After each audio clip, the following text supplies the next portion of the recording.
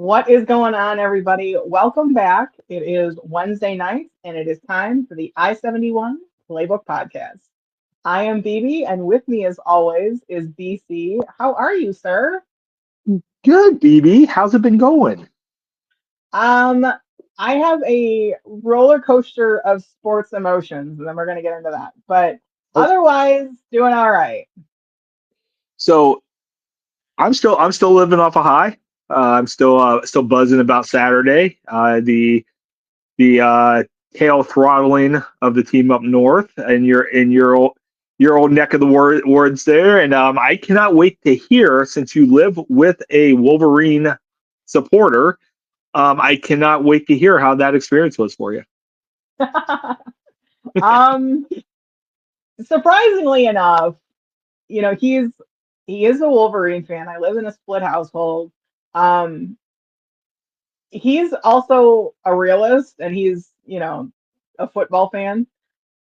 So I will say that throughout the week, a few jabs were thrown, a few fun things, and he usually doesn't engage. So for him to be the ones that are throwing him out, I'm like, all right, I see you, I see you. I'm gonna throw him back, but that's fine. So Saturday comes, we go out and we get Mexican food from one of our favorite spots. And 'cause I told him, I'm like, we always get some kind of takeout. It's our little tradition that we have. I said, but we're not getting Chinese food. And he's like, why? And I'm like, because we got Chinese food last year and I lost. I'm not doing it again. So we got Mexican food.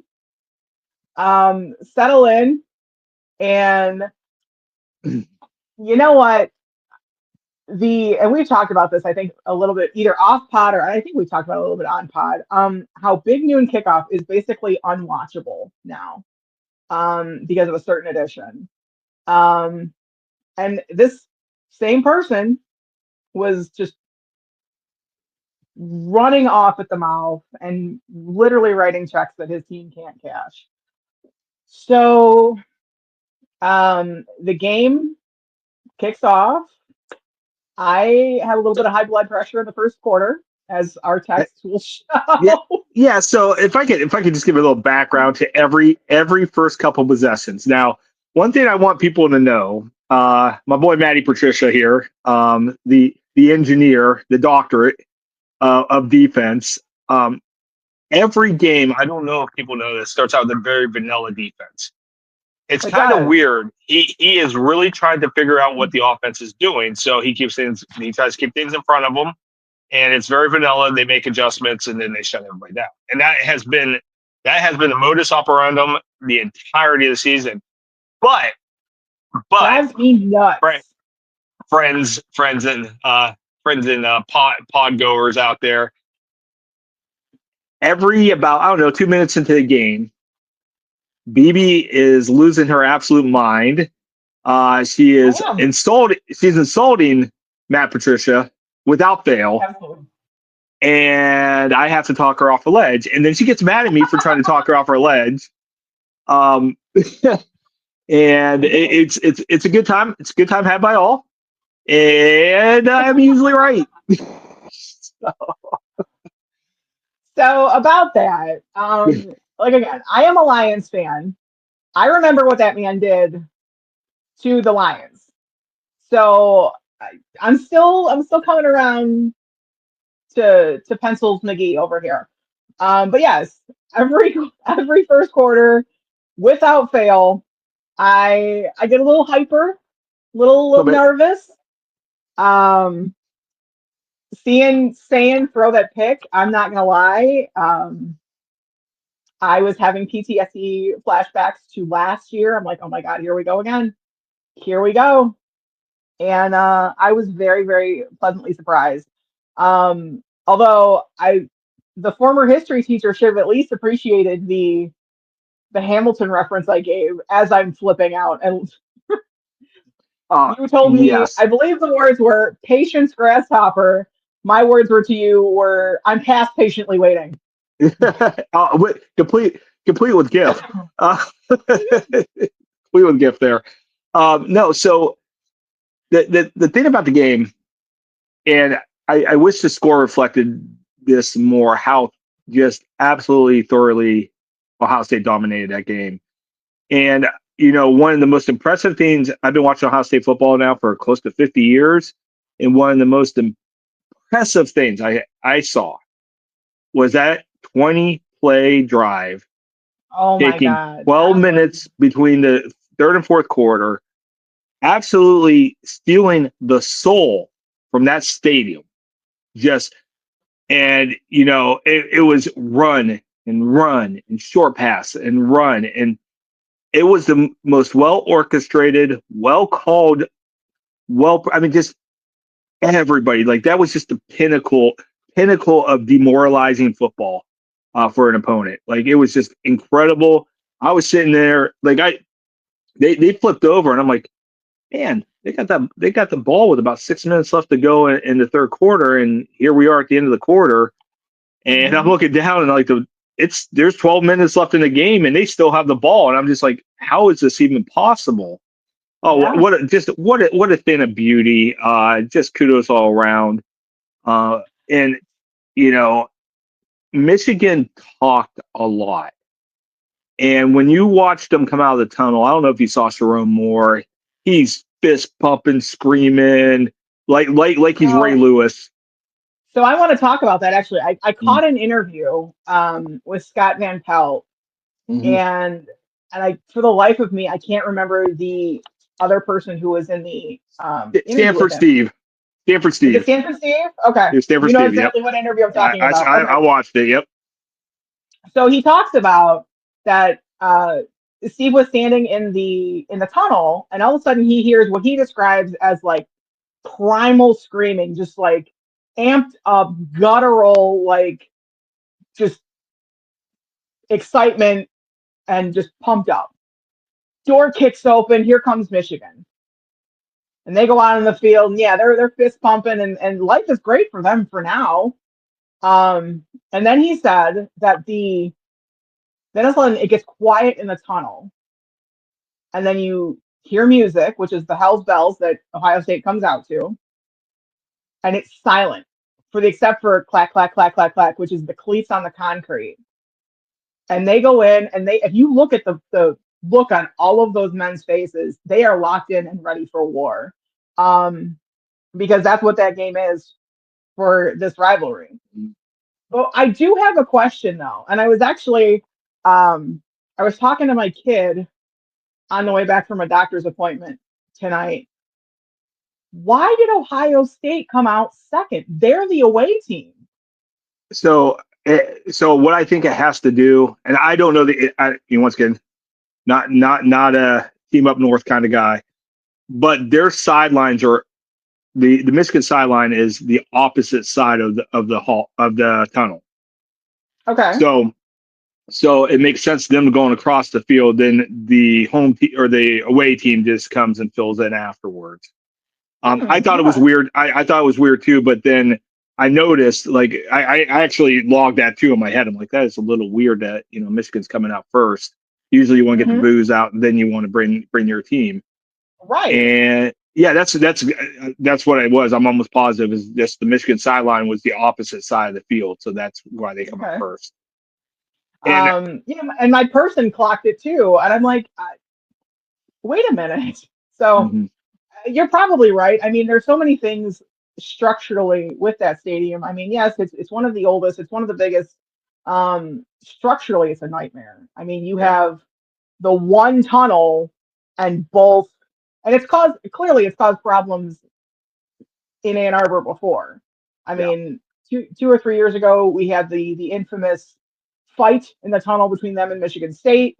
You Which led know, to a couple felonies. yeah. So about that.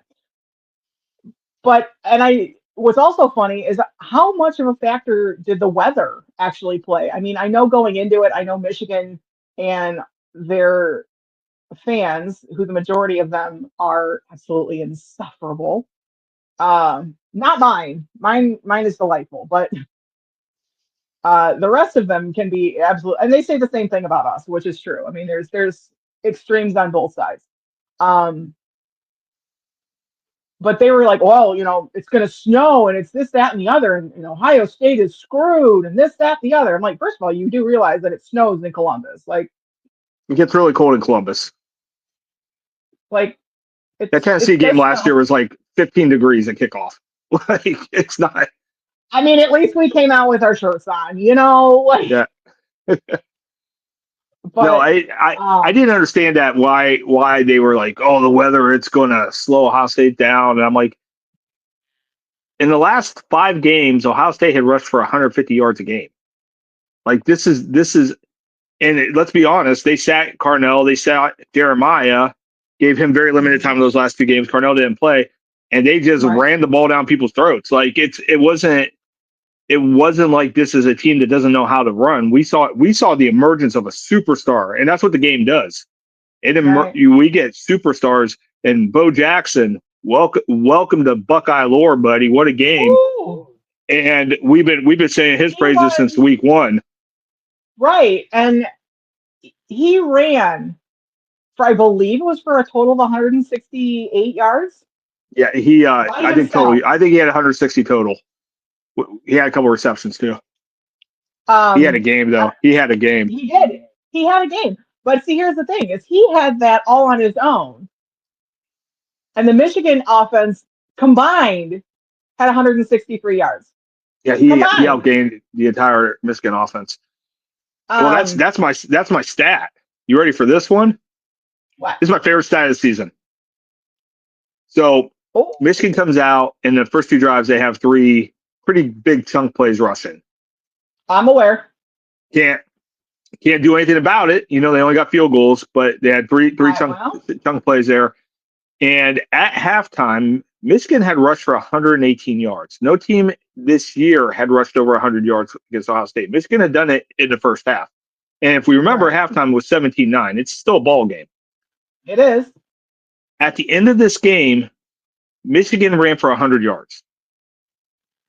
They ran for minus 18 yards in the second half. Oops. Stat number 2, Ohio State held the ball for 2/3 of the game. They held They the ball did. for 40 minutes. I've Yep. never in my life seen a time of possession. I'm sure it's happened. Don't get me wrong, but I have never It has witnessed to have. a team in a 60-minute football game have the ball 40 minutes. Bryce Underwood threw for 63 yards and a pick. I mean, wow. And we $13 had, is million. that what it costs? I thought it was 8 million, but man, 13 million makes it even worse. So let's go with 13 million. it's just it's just insanity. It's either 13 or it's 10. I don't remember, but But going it's back to up what you were there. It's talking, ridiculous. yeah, going back to what you were talking about in the tunnel, you're 100% right. And I clocked it watching the game. Like I see Sharon Moore just leading and just going nuts, and Michigan going nuts, and Ohio State just came out just like stoic, just Right. And I've silent. noticed that too.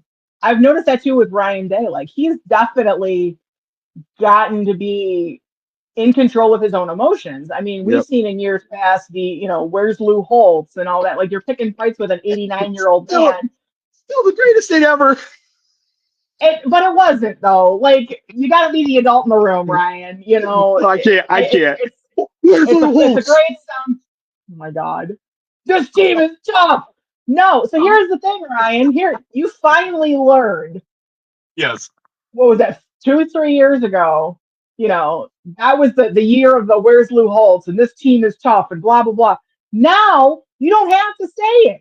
You No. know why? Because everyone sees it. And You don't got people who are naturally strong and naturally dominant and things like that. They don't have to say a damn thing. no, no. They just are. And that's We kind of how our squad is this year.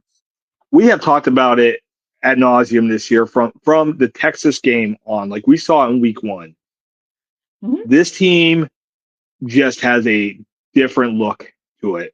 And it's not, I Mhm. mean, they're always more times than not the most talented team in college football. Right. But there is just an air about them. And it goes back to the last game of the regular season last year. Yep. When they tried to be something they weren't, and at the end of that game discovered who they were. And that program has been rolling ever since. Yep. And I mean, something, and we said it before, they snapped. They Like, did. they absolutely snapped. They had a players only meeting, and then the players had a meeting with the coaches, and they were incredibly Honest and blunt. candid and Yep. right, honest and blunt and candid and spoke freely. And you could definitely see something changed in that team. Yeah. And The going program forward, the program changed. they haven't lost a game since. And let's talk about since that loss. Okay, so last November, that Saturday last November, when they're 21-point favorites and they lose in Ohio Stadium to the Yep. Wolverines. Yep. Since that loss, are you ready for this? They have won 17 straight games. Yep. I'm sorry. Let's back up. They've won 16 straight games with a win. Let's just look at it with a win on if they beat Indiana on Saturday. Okay. Okay. And I'm actually feeling pretty confident about that game too. I feel really confident about Saturday. I'm feeling really confident about this Saturday. With a win against Indiana, since that loss to Michigan last year, they will have won 17 straight. Mm-hmm. 7 of those games against ranked opponents. In that time, they will have won the Rose Bowl, the Cotton Bowl, the National Championship, the Big Ten Championship, a win in Ann Arbor, and probably more than likely, bringing home a Heisman Trophy. There has never been a run in college football history like Ohio State can cap off on Saturday with that Big Ten But they Championship. don't play. But BC, they don't play anybody. They play nothing but cupcakes. So 7 ranked opponents, including Texas twice, including Tennessee, another SEC team. They ran through the Big Ten. They just dominated their rival. The truth of the matter is this right now, if Ohio State wins the national championship this year, if it's a big if, they got more likely 4 more really tough games. You got Saturday, and then I think the loser of this game still gets a bye. They're still going to be 12-1, and they're only lost to the number 1 team in the nation, number 2 team in the nation. Yeah, I think that the CFP committee has actually come out and said that they're not going to penalize. Yeah, unless one of the teams blows out the other, which I can see Ohio State winning convincingly. I don't see a blowout. No, but not on Indiana's defense. No, I don't think so. If Ohio State can run these next 4 games, mm-hmm. Not only are we looking at the 2025 Buckeyes as one of the greatest college football teams of all time, and we will. Heisman Trophy, best defense, best offense, NFL players all around. Defensively, they're on a historic run right now. They're number 1 in the country against passing. They're number 4 in the country versus rushing. Like this is a historic. They're number 1 in the country by far when it comes to points scored. They didn't give up a touchdown on Saturday. We are looking at maybe the greatest year of a athletic team in any sport in American history. That's what they're heading to. That's not hyperbole. Yeah. That is not overstating it. They will have won 2 more bowl games. They will have won another national title, two back-to-back, the Big Ten title. Like I said, at that point, they will have beat, what are we looking at? 3 more ranked teams. So that'd be 10 ranked teams in a calendar year they will have beat. It's just this is incredible, the history that we are possibly taking in right now. It is just incredible. And they're going to be favored. They're going to be heavy favorites in every game too. It doesn't matter who they are. And so what I was also kind of happy to see this past Saturday. Now, don't get me wrong. There's going to be chippiness. There's going to be high emotions. You can't not have that in this game. But I'm just glad that none of our guys, instigated. I vividly remember in my formative years a particular trip to Ann Arbor that left with one of Ohio State's players walking back down that tunnel and going bird watching. Oh, it was amazing. Still amazing. However, Jeremiah Smith on his 20th birthday recreated that photo in the end zone on Saturday, which is fantastic. Um, By the way, I but got what I that want from his own Twitter page. He he did the old emoji going to, with that picture, like he captured that picture. I thought it was hilarious. it Good was a stuff. beautiful thing. I Good was stuff, like, 20-year happy old. birthday to you. Happy birthday. What a happy birthday indeed. And you got one of the best presents I think ever, which is your very first pair of gold pants. I love Absolutely. that for you. But I want to talk about the pregame shenanigans and the in between third and fourth quarter shenanigans, and then the after the game shenanigans. So the pregame, I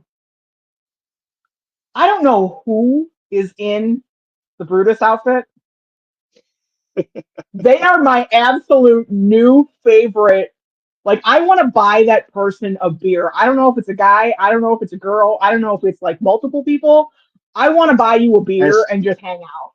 that This is same S tier person, trolling. S tier trolling. Like seriously. this is the same person who, at some point this season, ziplined into the shoe from the scoreboard, which is the highest point It's so in high. Ohio Stadium. If you've never been to They Ohio had a Stadium, it is so high. they had a GoPro on him. I saw the video and I'm like, I'm sitting in my living room watching this on a phone. I'm completely safe. And I'm like, no, no, no, no, no. This is high, too high, too high. And then he jumps and he does a flip. And I'm like, what are you doing? Holy Christ. So before the game, you've got both Big Noon Kickoff and College Game Day, both in Ann Arbor, obviously, which also leads credibility. You've got all of these other teams that are like, our rivalry game is the best. You have nicknames for your game. You've got, the Red River Rivalry or the Texas Shootout or the The Egg Iron Bowl or Bowl. the Iron Bowl or the Holy War, or whatever you want to call it. Ours is just simply known as the game. It is the game. It's the only one matters. Cinema, just credits. Yep. Um, so on College Game Day, you had Ohio State cheerleaders behind the desk, which famously has Desmond Howard, who went to Michigan, and Charles Woodson. Oh, I think Woodson might be on Fox. I'm not sure. He's on Big Noon. Okay. What's on Big Noon? So you have Ohio State cheerleaders and Brutus, who are behind them, doing the OHIO on camera. Brutus is doing a headstand. Like, I don't know if they give him cocaine before game days or just it's a natural high type deal. But again, I want to buy you a beer. If you are a friend of the pod and you are the wearer of the Bruchai costume, come on the pod. Like, we want to talk. We we Seriously, we I just want we to talk. we want you on here. McAfee lost it. Said there is a nut behind me spinning on its head. It's good stuff. Yeah, It's good stuff. and then made some questionable comments to Aiden Hutchinson. Beside the point. So Hey, he picked before Ohio State though. He picked Ohio State. he did, which I thought was kind of funny because he's like Desmond and Aiden went to Michigan. Urban, famously Yeah, coached. Herbie. Yep, Herbie. I yep. keep getting them mixed up. Yeah, Herbie went to Ohio State. If we His could just son, if we could take Herb, replace him with Desmond, game day would be the greatest show of all time. Give me Herb, right? give me Saban, give me Herbie, and give me McAfee. Like I like McAfee.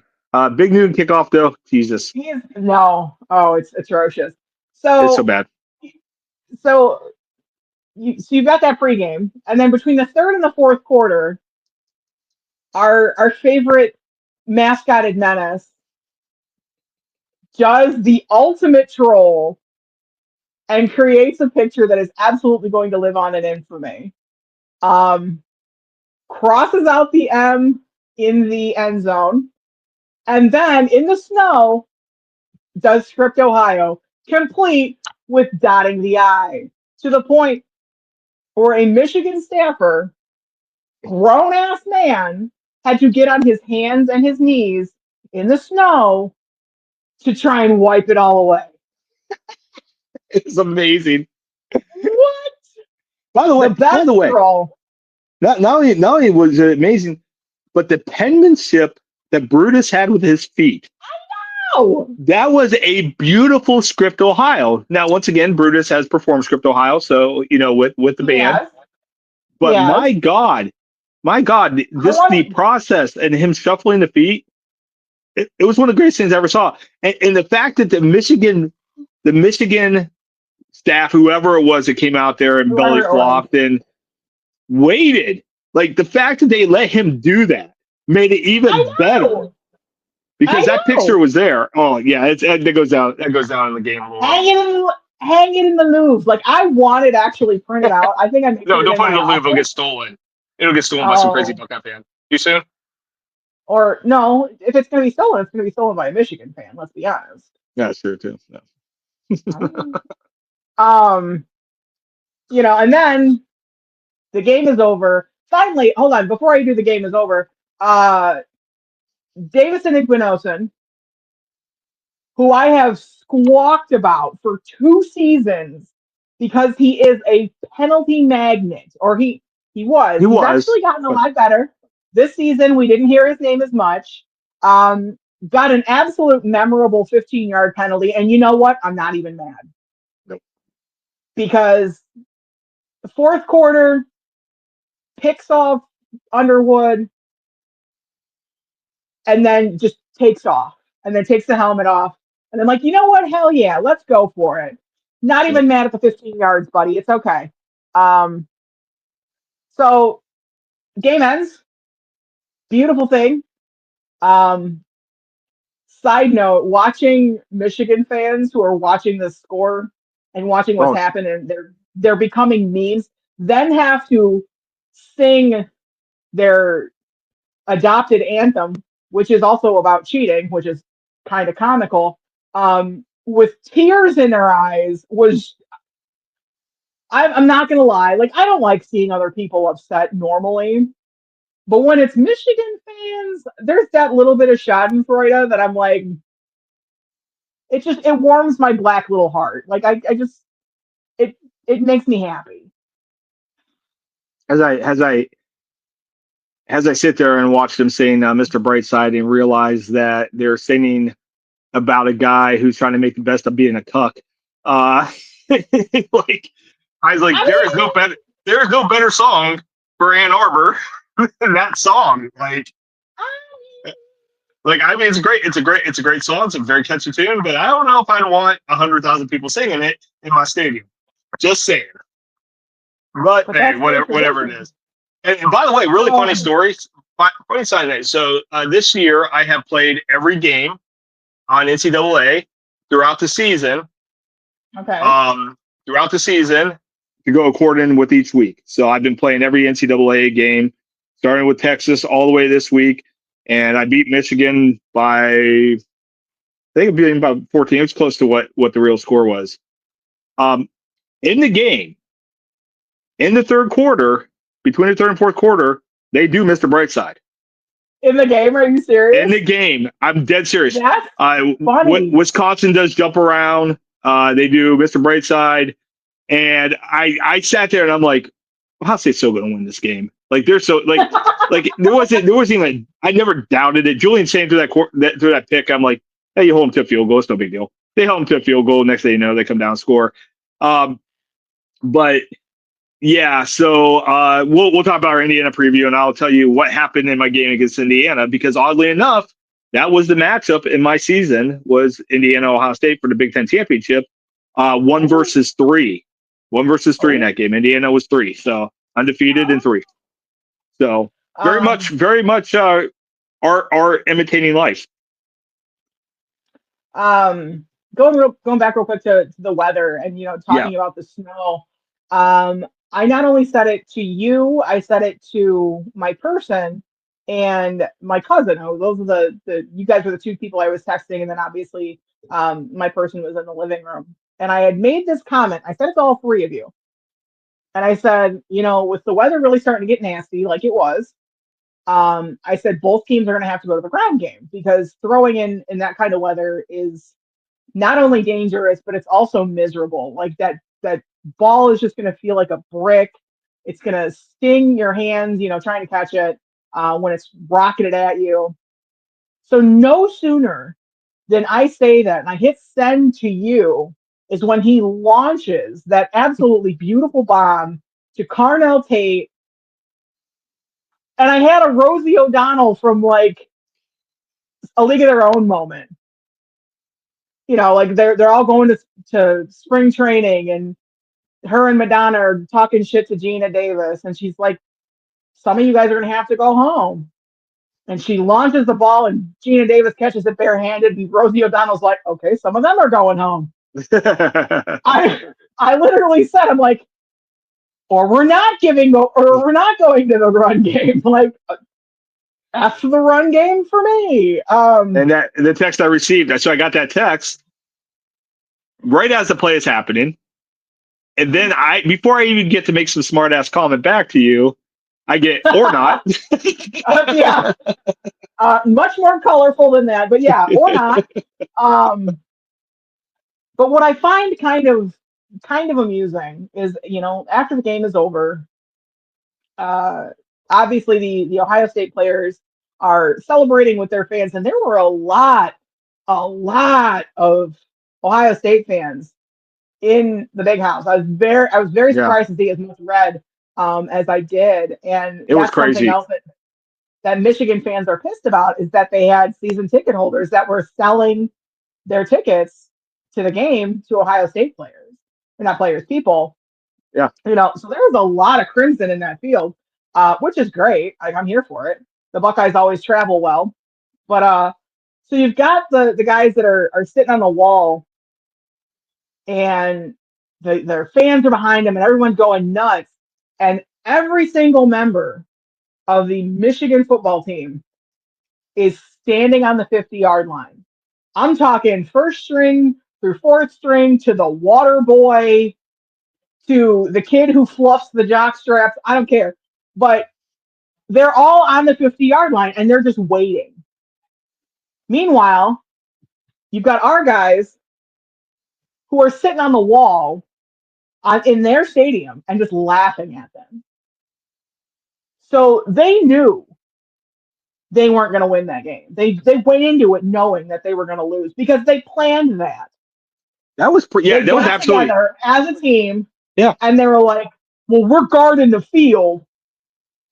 And there's video of it, and someone did like a lip reading, and it's kind of amusing. And it goes back to what we were talking about when they were coming out of the tunnel.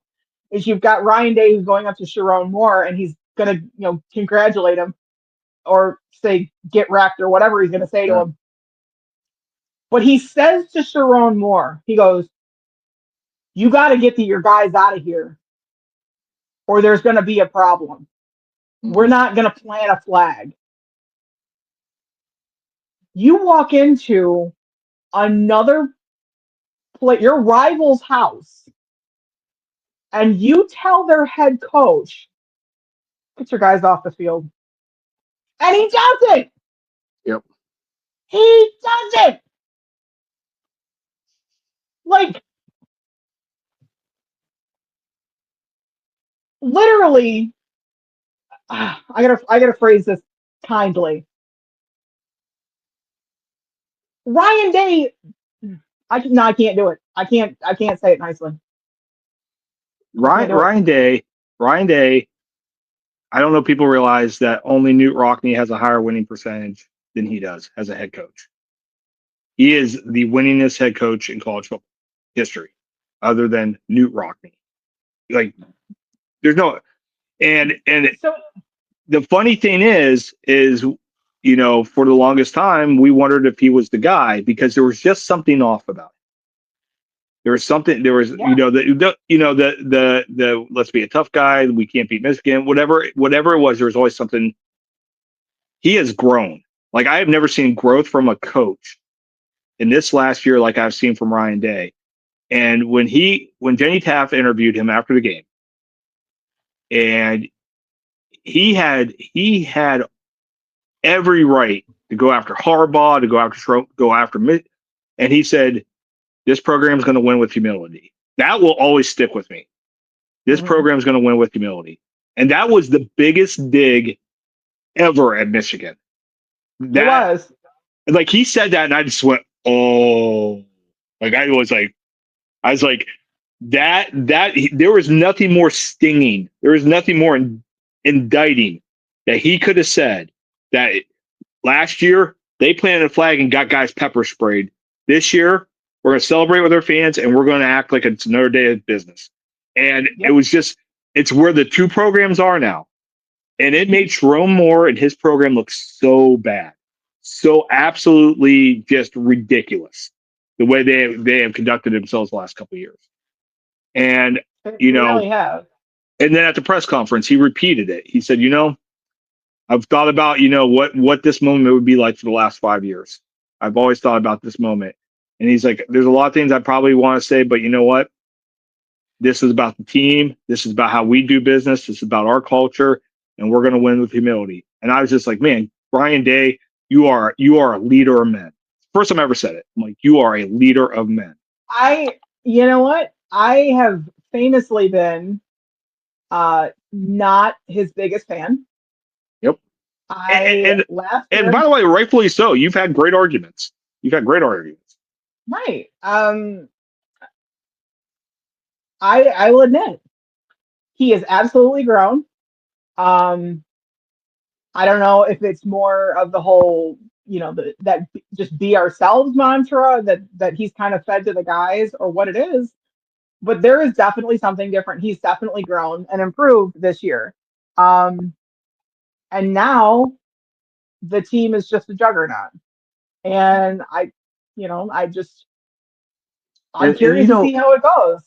Yeah, we said in the past, like this has the feeling of peak Saban Alabama. It does. It does. And It that really does. team was an absolute reflection of Nick Saban.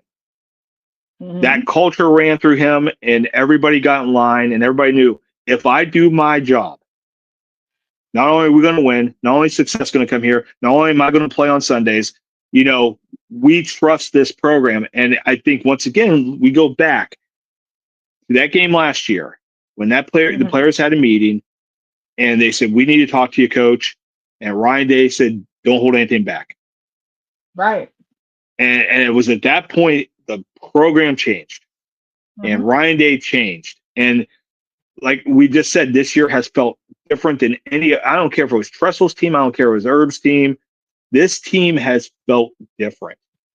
And they just proved it again. And, we're going to talk about Saturday night here, 8:00 on Fox in Indy. It's why I'm just confident. I don't see a team that's going to play with this team this year. And I realize Indiana's good, but when you see the teams when they had to play good teams, they played Oregon, they played Iowa. Hell, they almost lost. They had to win on the last second miracle to beat Penn State. They're a great team, but they are going to struggle with this Buckeye team. I hope they do, truthfully, and we can kind of get into that now. I'm cautiously confident. I'll put it that way. This team is something completely different. It's an absolute behemoth on both sides of the ball. But we can't. I mean, I know we joked about it last year, and Cignetti has done something to that program. He really has. Absolutely. So I think it's going to be one of the tougher battles that Ohio State has faced this year. And it's going to be basically the put up or shut up game because Ohio State has been ranked at number 1 since week 3? 2, 3? Since week 2. Yeah. I mean, once they beat Texas, they were number 1, never looked back. Yeah. So for all season, and then you've got teams that are. flashback to week 2. Remember there was an argument for Penn State being number 1 and not Ohio State? There's been a Sorry. lot of arguments. There's been a lot of arguments of teams that should be number one instead of Ohio State. And at this point, I've just kind of taken the thing like, all right, Yeah, dock them. there's no arguments. If Ohio it'll State's make best you team in the sleep better country. at night, if it'll make you sleep better at night, dock them. I don't. It's fine. You're gonna piss them off, and then that's gonna Mhm. ignite. It's gonna unleash, what Michigan unleashed at the end of last year going into the playoffs. So I love that for you. However, it's been the constant argument that that you got these teams that are hypothetically better than Ohio State this year. And Indiana has been one of those teams as well. Now, they're playing out of their minds. They're playing amazing football. And like I said, as much as I'm not a fan of him, I respect what he's done with that program in 2 years. Yeah, I don't know how you I couldn't. absolutely do. Yeah, I I don't know how do. you couldn't. From a football fan standpoint, I respect the hell out of it. Still not a fan of him. Like, I Google it. Not a fan. Um, but again, he's also giving you those same kind of sound bites that Ryan Day was doing, where he thinks he's being edgy and he thinks he's doing this, and you actually just come out looking like an ass. So, and I don't think he's really come out this year. And He's been a lot more subdued than he was last year. He was right, talking a big game last year. right.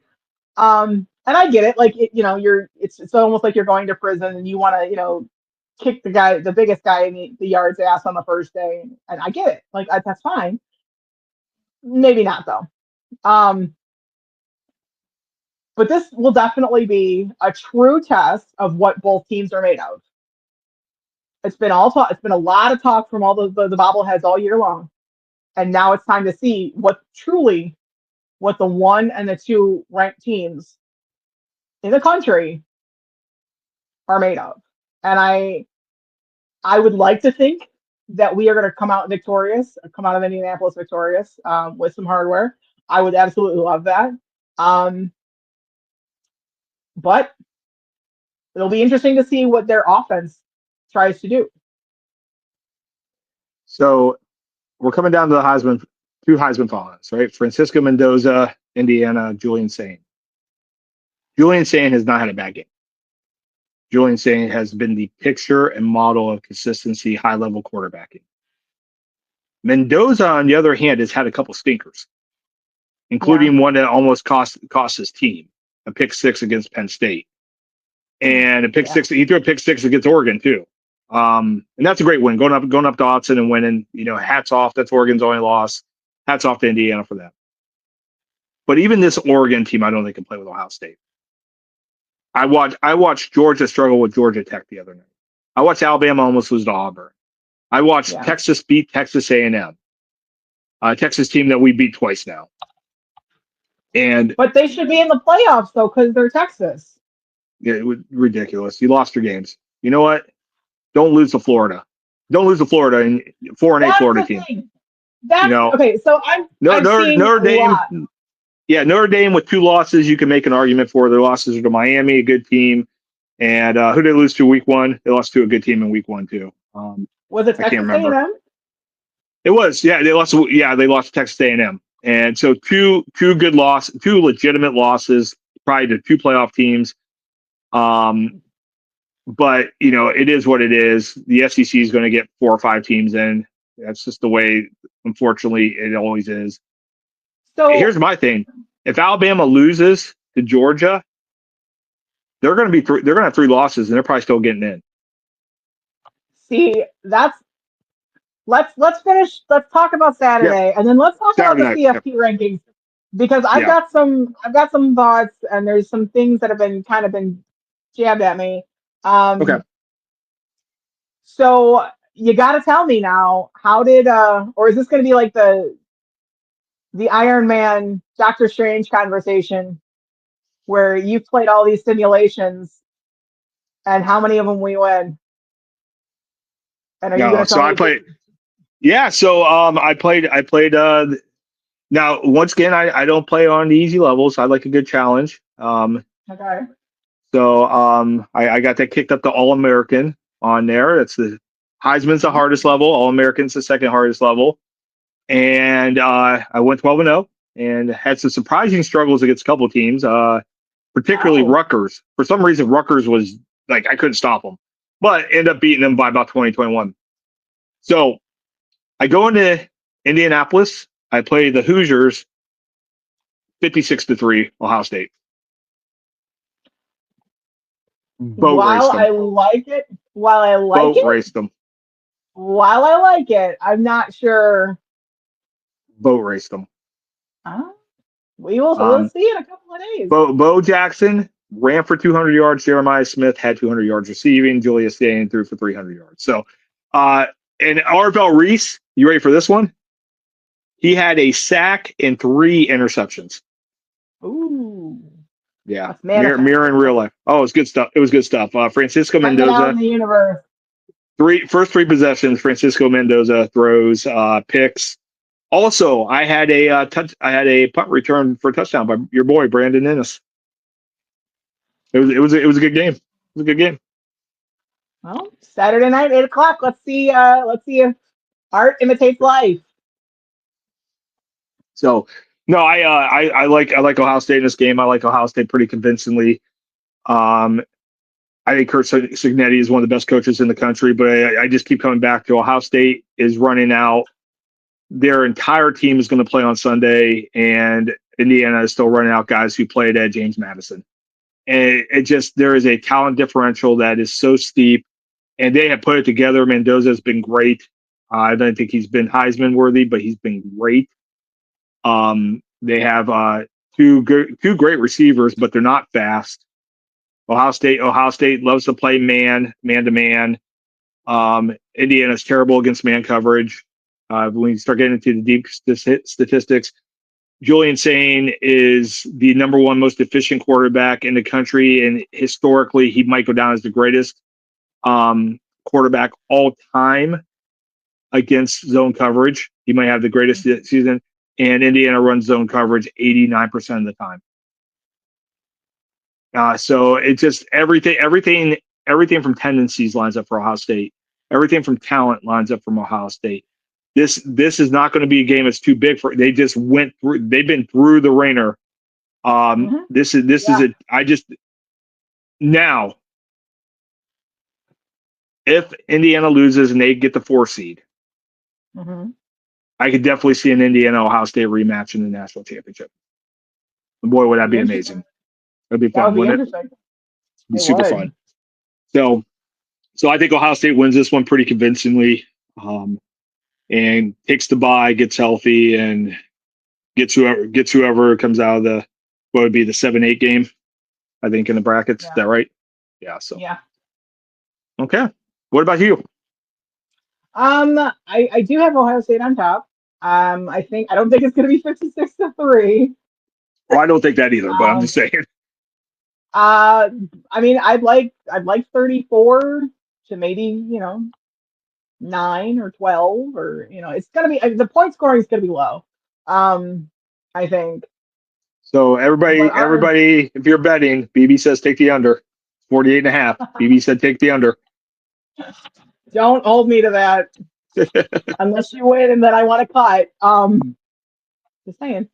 But I think Ohio State's going to come out victorious on this one. They're playing at such an elevated level.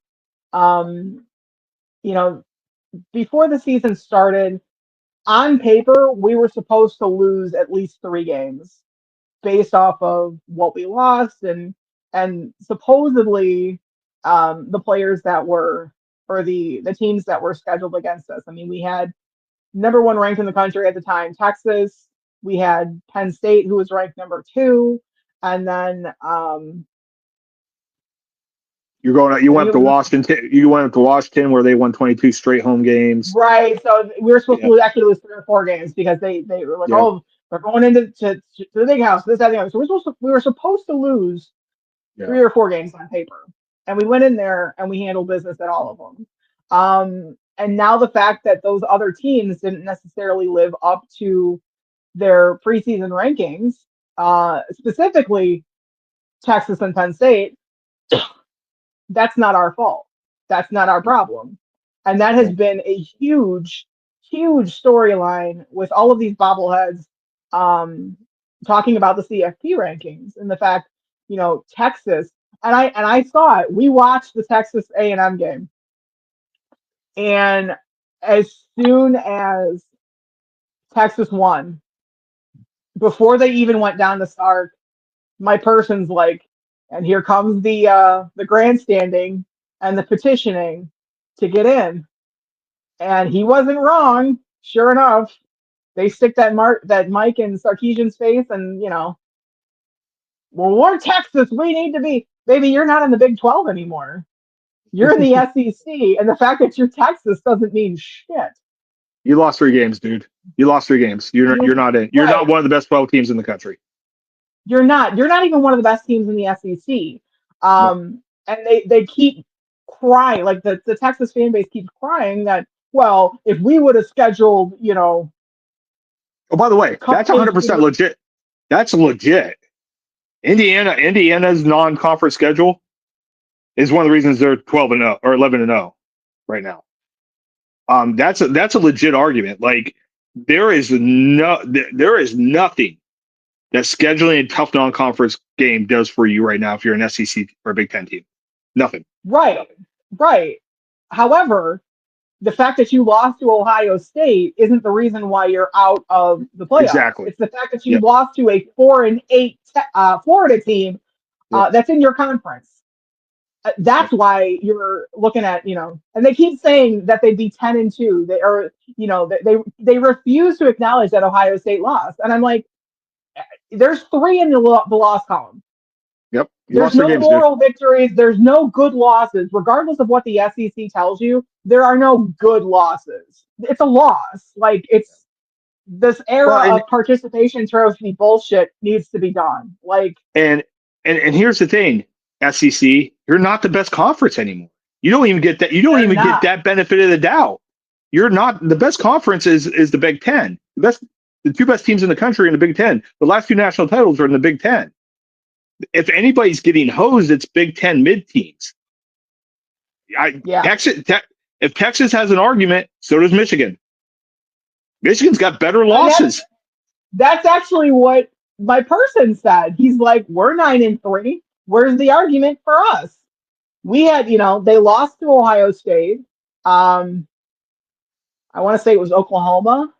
Lost to Oklahoma, and they lost. Was it Iowa?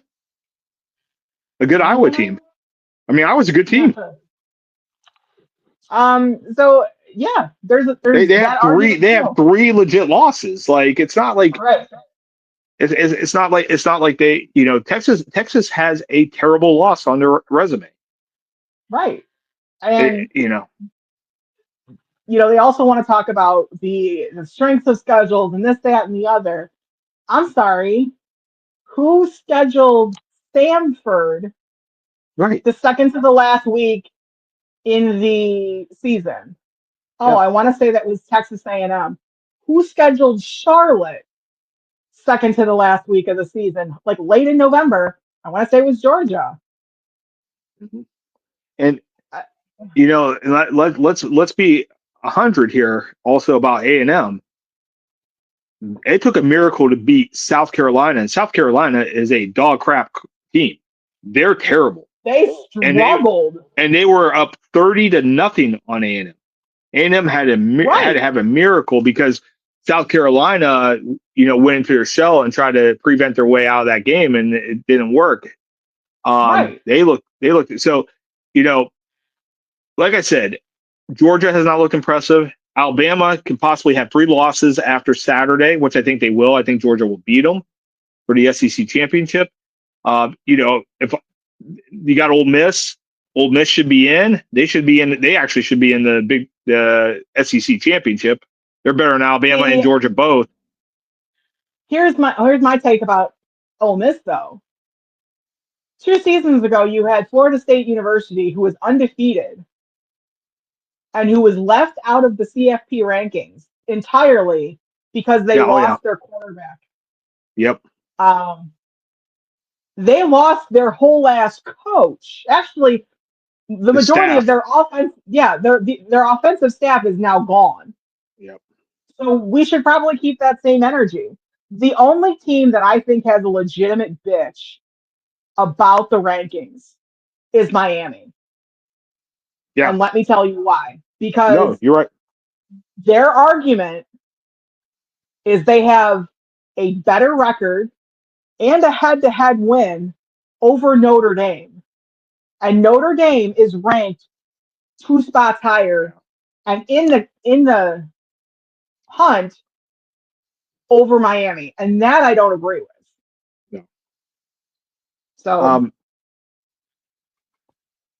both are blue blood programs. A lot of it's going to depend on what happens with BYU and Texas Tech. But one of those teams is out. Miami or Notre Dame, and if it's Notre Dame and them and Miami played head up, that's a shame. That's a shame. But here's what I'm going. Here's how I'm going to go back on this, and this is how I feel about this. If you didn't lose 2 games, you'd have been in. When your schedule, you get in. So when we start getting down, and I've listened to a lot of people smarter than me about college football, trying to figure out, well, how do we figure out the best system? Well, don't lose. Don't lose the games you schedule. right. And Like I that's realize that Notre Dame fan will come back and say, well, we play the hardest schedule every year, and there's some legitimacy. Don't schedule that then, right. because as we just said, it does. If you're a blue blood, okay, if you're a top 10 program historically, which Notre Dame is, it does you zero good to play good teams. Just schedule down. Play Navy. Play Marshall. Whoever. You mix in a Pitt, mix in maybe a couple ACC teams in there that are mid level, and guess what? You're in. You're in. Um, But when you have 2 losses, 3 losses, and you're arguing you should be in, I will argue you should have won the games on your schedule. Like Right. Just the Florida State one was what's getting a travesty, because 2 it is. SEC teams Yeah. with 1 loss got in over. They Yeah. earned it. They earned that right to get in there. But at this point, when we're at 12 teams, I'm sorry. I'm sorry if you're in that 10, 11, 12, 13, 14 area. You left yourself in that position. Right. You got nobody to blame. No. And yes, if this was Ohio State with 3 losses, I would be keeping that same energy. I'd say, hey, they should have Yep. not lost 3 games. So it's Nope. whatever. So Nope. so you got I'm Indiana, completely with you got Ohio State winning over Indiana on Saturday. We both have that. Ohio State Big Ten champions, Julian Sain bringing home the Heisman. you. I mean, Timmer I like. Mendoza, you're not going to give it to the loser of that game. I mean, that's fair. You know who I'm also not going to give it to? The world's oldest college quarterback with Diego, a dumpster fire of a family. No, absolutely not. Diego, giving the Heisman pose twice in the same game, trying to politic for himself. Oh my And then god! his mom is basically in the stands giving lap dances while holding a football and a T-shirt that says, Pavia for Heisman.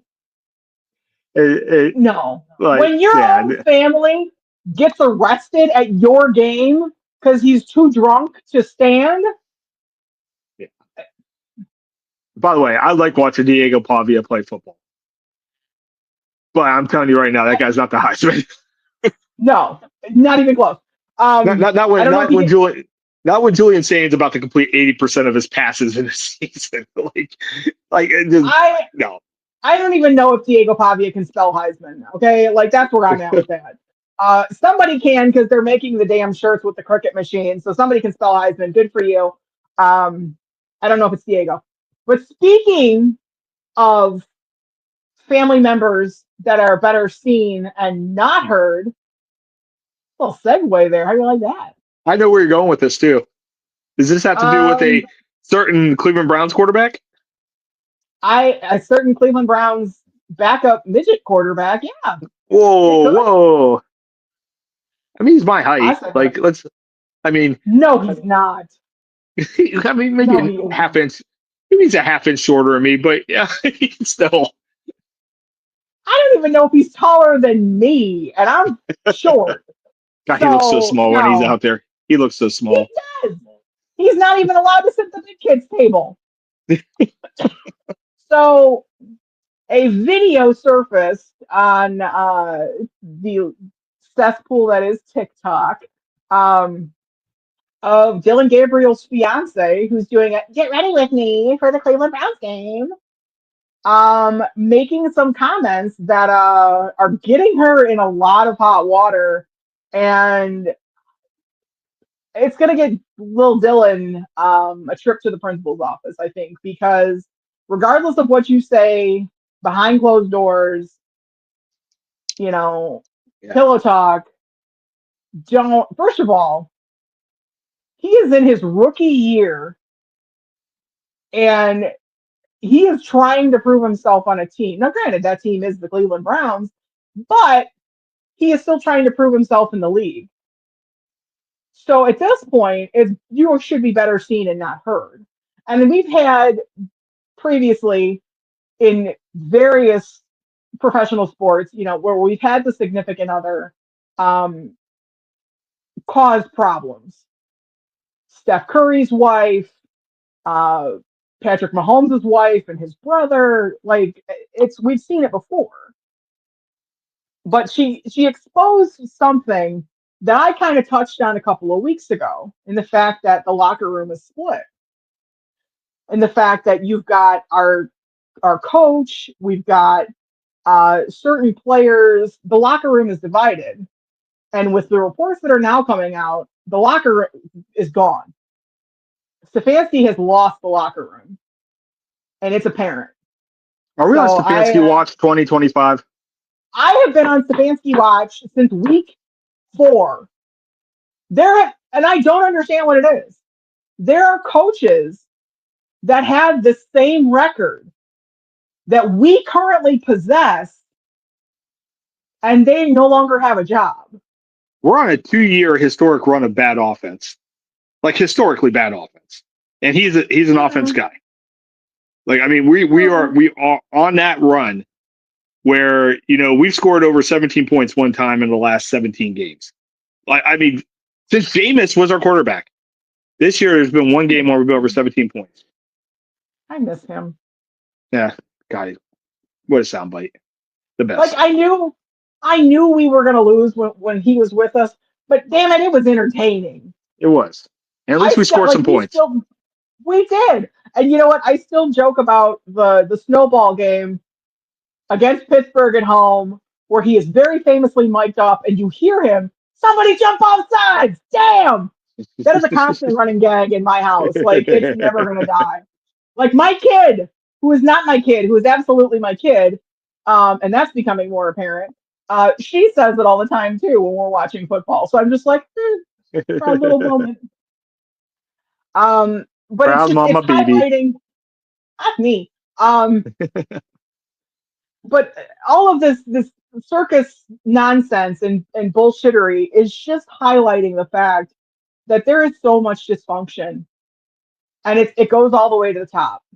I mean, they keep getting headlines, and it's for the wrong reasons. And I know we spent the majority of the time talking about the Buckeyes because there's nothing else to talk about with the Browns. Other than the fact that apparently we've now opened the practice window for Touchy McFeely. Um, so that's a thing apparently. So we've got 21 days to see either he continues to play or they're going to try and trot him out. But that further brings into more just foolishness. Yes. The fact that you're pulling out, and I noticed this on Sunday because I actually was able to watch the game for once. I didn't want to because it was terrible. Um, do you know why he pulled out Wyatt Teller? So I I cannot believe the reasons I'm hearing that he was basically punishing him for his play. That's what. Okay. That's what Wyatt said because that's the politically correct answer. Well, no, Wyatt said he was hurt. He was on hurt.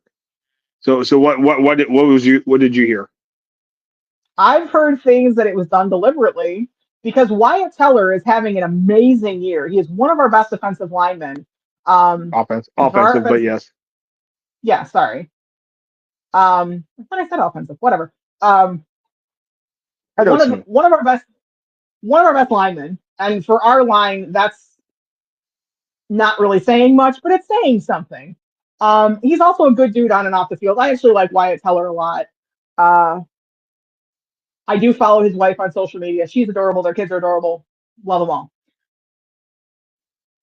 But why are you going to pull out one of your best offensive linemen to back up the rookie quarterback who you clearly don't want and you want nothing to do with? And that's abundantly apparent in a game where he is. And then he ends up going down hurt with an ankle injury. Like, I don't understand what it is. And then you have Jerry Jeudy, who's becoming more and more of a diva and a problem as the weeks go on, who is caught on video in Shador's face and having words with him. And I'm hopefully he's saying, man, why are you throwing the ball to me? You know I can't shit.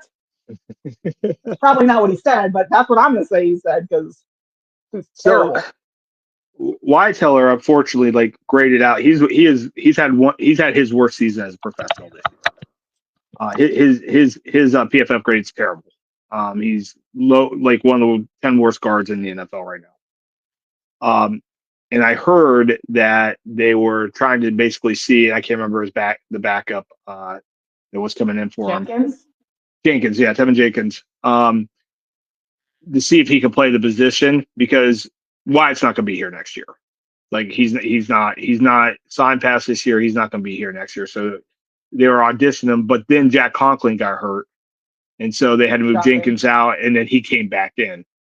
I think it's despicable of taking a vet. Just don't play him, but rotating a vet behind once again with a rookie quarterback. Rookie wide receiver or a rookie running back, 2 rookie running backs that get most of your touches. You're doing nothing to help them.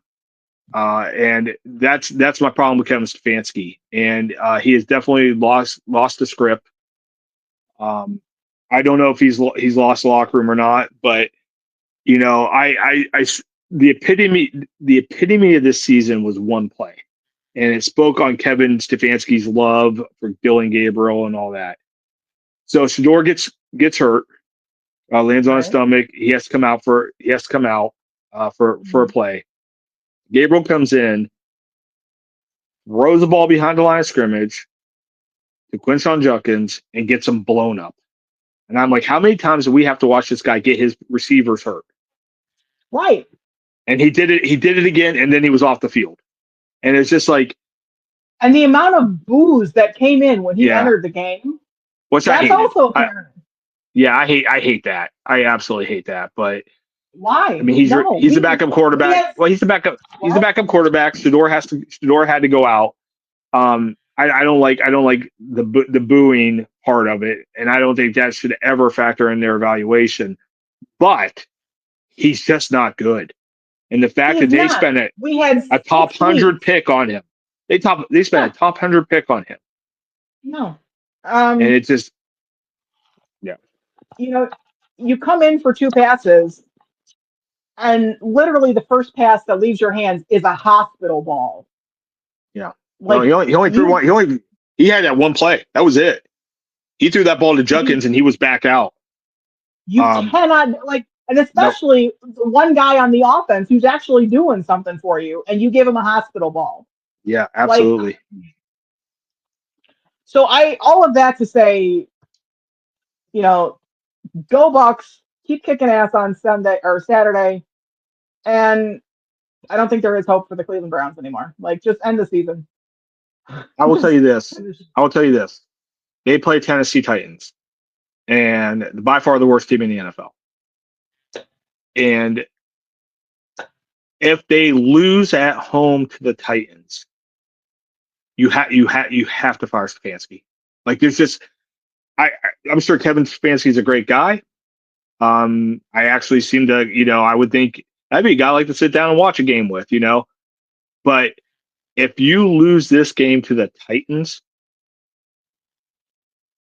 it's got to be over.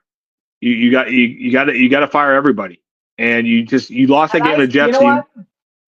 I said that same thing about the Jets. Yeah, because the Jets had a worse record than us going into that game. Yeah, and we got absolutely manhandled. Yep. So I agree with you. If they lose on Sunday at home to Tennessee, I want Jimmy on the sideline when that clock hits 0. Don't even pack your shit. Just get out. Just go. Lane, you want the Lane Kiffin? With you? You want the Lane Kiffin treatment? No, Lane Kiffin. Do you see what Ole Miss did to him? They put all his stuff outside the facility. There's a rack with all his coats on it outside the facility. They didn't let him back in. I want them to. I think they did it to Brian Kelly. Is they fired him out in the field. Yeah. I don't care. That clock hits 0. I want Jimmy, Kevin. We'll send you your shit. Take your offensive coordinator, your special teams coordinator, who is special for other reasons. Leave Jim Schwartz and get out. Because if you thought the rant that I had after the Jets loss was something, you put a loss in the loss column to the worst team in the league. Yeah, and that's not a title that you want. I want people to know, like, when they beat the Raiders, like, well, the Raiders are terrible, blah, blah, blah. The Raiders are better than the Titans. That is a better, more talented team than the Tennessee Titans. So that's like being the prettiest girl at the meth house. Like, that's not really the flex that you think it is. Well, no, I'm just saying, my whole point is, if you're going to talk about, the Browns winning against the Raiders, it's because the Raiders are terrible and blah, blah, blah, and we shouldn't count that for Shador or Miles or whatever. Okay, we're going to face a team that's even worse. And that's what I'm trying to say. I'm trying to make a comparison to how bad the Titans have been this year. And yes, if the Browns lose this one, I don't know how anybody survives. I don't. I don't know. We shall see. We shall see. Before we go, BB, can we tip a cap and congrats Brian Hartline, the best recruiter in the country, going to University of South Florida? That one hurt today. It was bound to happen.